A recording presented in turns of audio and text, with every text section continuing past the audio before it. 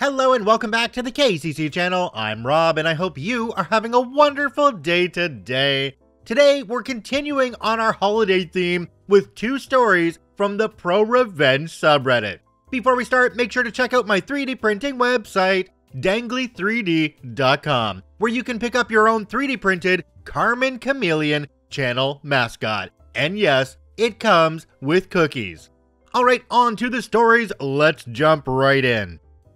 This story comes to us from E is for Elbow Smash. Mess with my Christmas? Pardon me as I ruin yours. This slow burn starts a full year and a half before my plan came into effect. Earlier in the year, my dad quite sensibly suggested that with the size of our family Christmas party, we skip a generation with gifts to ease the financial strain as the extended family grew. At the time, I was struggling with my business and athletic career, and my wife, then girlfriend, was working on her second master's degree, so I suggested names from a hat, but he wanted to spoil all his grandchildren. I said, fair enough, I'll chip in for Oma's cruise and buy gifts for my step-siblings, but don't expect anything grand. Dramatis personae for that Christmas party. Me, 28-year-old at the time, heavyweight mixed martial artist, and strength coach aka small-time athlete working a day job to barely make rent in addition to training full-time. Martha, stepsister, 40-ish, an aging mombi whose only assets are starting to sag too much for them to be assets anymore, leaving her with no other definable personality traits. Jane, my oldest niece, 12, stepsister's daughter. Imagine the most vapid teenager stereotype you can, and multiply it by 1,000. Tim, my oldest nephew, 9, stepsister's son, living proof that you're never too young to be a butthole. Robert, stepbrother, 36, formerly cool dude who gave up on life when his kids were born, years later would gain back enough willpower and gumption to physically assault his wife. Tammy, 6, bro's daughter, sweet and shy girl, terrified by my mere presence, the wisest of the bunch in my honest opinion. Bubba, 7, bro's son, a generally nice kid who at this time was partway into evolving into a butthole after being constantly told to look up to and emulate Thing 2. Tammy has brought a Nintendo DS and all the kids are struggling to see and play it together, so I foolishly offer to loan them mine to lighten the load. Tammy agrees to share with Jane and Bubba agrees to share with Tim. Having stupidly deprived myself of my means to escape social obligations, I go to the living room to acquire that much older cure for not wanting to deal with other people, alcohol. Not even having had time to pour a dram, my trained ear picks up from the kids' room the unmistakable sound of one human being pummeling another. I politely suggest to Robert that he might want to go have a look, but bro hasn't given two craps about anything in about 7 years. So he waves it off and I go to investigate. I walk in to see that Tim may be a butthole, but is not untalented and is managing to strike, shove into a wall, and kick Bubba all at the same time, while attempting to play my DS with his other hand. Having decided his turn began the moment I left the room. Jane has simply wrestled the DS from Tammy, who is now sitting in the corner crying. I shout for Martha, informing her that if she doesn't get in here to break things up before I count to 10, I would have a stern conversation with them. She turns up and separates the kids, and I retrieve my DS. Instead of giving Tim a lesson on sharing and not hitting people, she proceeds to berate Bubba, the kid who was beaten, for not simply giving up the DS to her little piece of crap and making her son look bad. Jane simply lets out a tween-age sigh for the ages and tosses the other DS into the crying Tammy. I then excuse myself from the party, thanking whatever gods may be that I don't have to provide gifts for any of those little craps. 6 months later, my firm belief in atheism is confirmed as bro calls me and this conversation ensues. Hey OP, while I really appreciate the gifts last year, you should really get something for the kids this year instead. Christmas is all about the children after all. No, I turn up to chat with you and Dad and Oma. I really don't give two craps about the kids. That's a mean thing to say about my kids. Don't you care about them? You cared about them so much that at the last party, you couldn't be bothered to break up a fight where your son was being beaten bloody. Tim is a good kid. Martha said he just had a bad day. He was literally beating your child. You didn't put pics on social media for a week because of the bruises. If Tim were an adult and had that kind of bad day, I'd have had a stern conversation with him and convinced him peacefully to lay on the floor until the police arrived. Well, stepsis and I were talking, and we think you should buy stuff for the kids next year instead of us. Well, I'm happy not to buy you anything, but I'm not getting crap for Martha's little craps, especially when she encourages that behavior. Well, if you aren't going to get something for all the kids, you shouldn't get anything at all. It's not right if you don't treat them equally. Done. Now, I'm sure they wish it has all been this simple, but unfortunately it wasn't, and I certainly wouldn't have written such a long-winded story if that were the payoff. Thanks for bearing with me so far, we're almost at the end. A few months later, about 2 weeks before Christmas, I get an email from my dad with links to various toys, mostly from Toys R Us, which still existed at the time.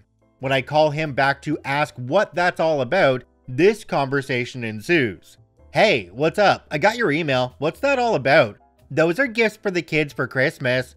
That's cool if you're getting them that. I'll see them when the kids open them. No, that's for you to get them. I don't buy for that generation, remember? And I already sent you my contribution to Oma's cruise. You need to get stuff for the kids. Don't you want them to look up to you as an uncle? Not really. Also, what part of my life suggests to you that they ought to look up to me as any sort of role model? You'd be better off telling them to grow up to be rock stars. Not the point. Christmas is about the children. And if you don't get them this stuff, I won't put your name on the card for Oma. That's a crappy thing to do, considering I already paid into that. Will you get the stuff or not? Well, guess my name isn't going on the card then. This will cost me more than a month's rent, so you can take this list and grease it up real nice. Dad interrupted. Calm your jets. This is what they want. I'll get them a token something, but I'm not taking out a loan. Fine, just make it something they enjoy. If what I get doesn't put a giant smile on each and every one of their faces, I'll buy you dinner at a steakhouse of your choosing. That's the spirit. Talk to you later. So Christmas rolls around and my wife and I have bought not just one, but 4 gifts for each of the little ones and wrapped them all beautifully. My dad, correctly, assumes it's all probably from the dollar store, but it's nicely wrapped, and he gives me a look of approval as I place it under the tree. My wife and I schmooze for a bit and then suggest that since we brought several gifts for each of the kids, why don't they open one each before dinner so they have something to do while they wait?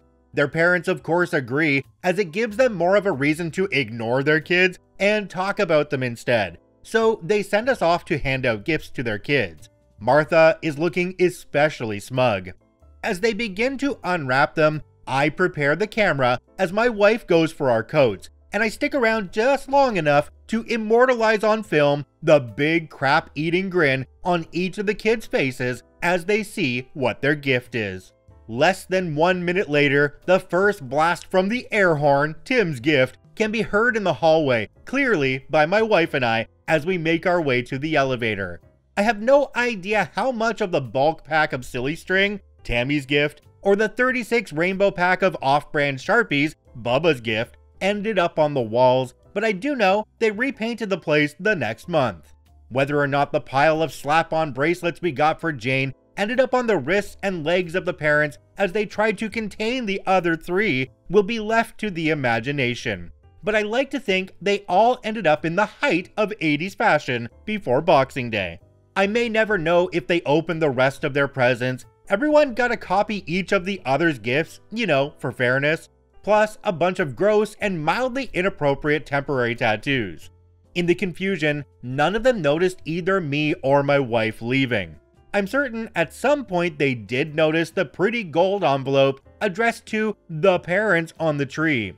Inside was a very pretty card, blank but for the following note.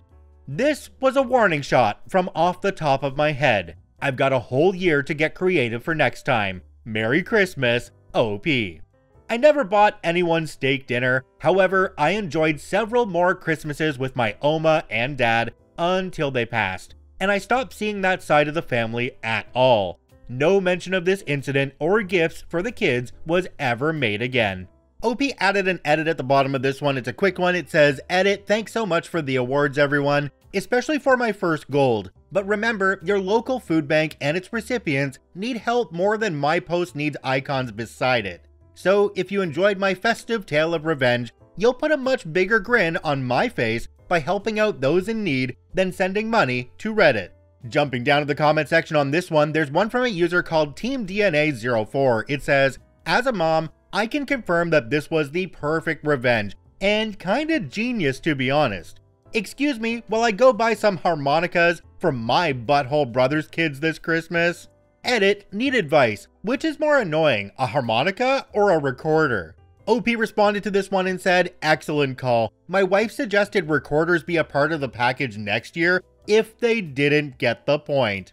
I could only imagine the look on OP's face when they heard the air horn go off as they were leaving that Christmas party. Oh my gosh, that must have felt so good.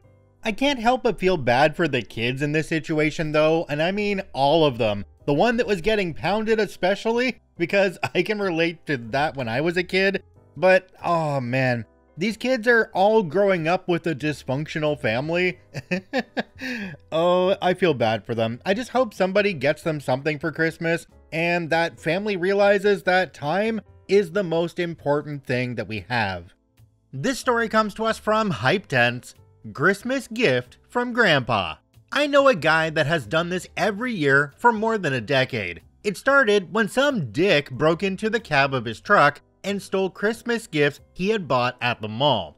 If I remember correctly, he had to make 2 trips and some jerk saw him going back into the store and busted his window. It was a long time ago. I'm not positive of the details of the original event. He started this tradition 10 years ago, the day after his truck was broken into, right around December 23rd. He does this at the same mall every year. He gets a big box, big enough to just barely fit in the backseat of most cars. This takes a while to find. He fills it full of the most vile garbage, dirty diapers, cat crap, rotten food, used sanitary products, packing peanuts. The past couple of years, and after advice from Reddit, he elevated his game by cutting all the corners of the box, so when opened, it falls apart like a beautiful blooming flower and the garbage contents spill out. He waits until a day or two before Christmas. He wraps the big box in festive, yet very thin holiday paper with zero structural integrity that barely holds the box together. Then he puts a big bow on it and a giant tag that says, "To Joshua, Merry Christmas, love Grandpa." He loads it into the bed of his truck and drives to the mall. Every year, it is stolen within minutes. Jumping down to the comment section on this one, there's one from a user called CausWC. It says, "Beautiful, I love it, but no one seems to be asking the important question. Where is he getting all this garbage? Used diapers and used sanitary products? Is there a side of Craigslist I'm unaware of?" I mean, is that a question you really want an answer to? Because I'm pretty sure that I don't want to know that answer. I know there's a lot of weird people out there, and a good portion of them are on Craigslist. I'm just not gonna go there, okay? This story kind of gave me Mark Rober vibes. I'm sure you've all seen the glitter videos by now, where the porch pirates steal the package off the porch, and all of a sudden they open it up and there's glitter and fart spray. Yeah, Grandpa kind of doing the same thing here. I can only imagine the people's reaction when they get this box open and realize what they've stolen from the back of that truck. It might make them think twice next time, but I probably doubt it.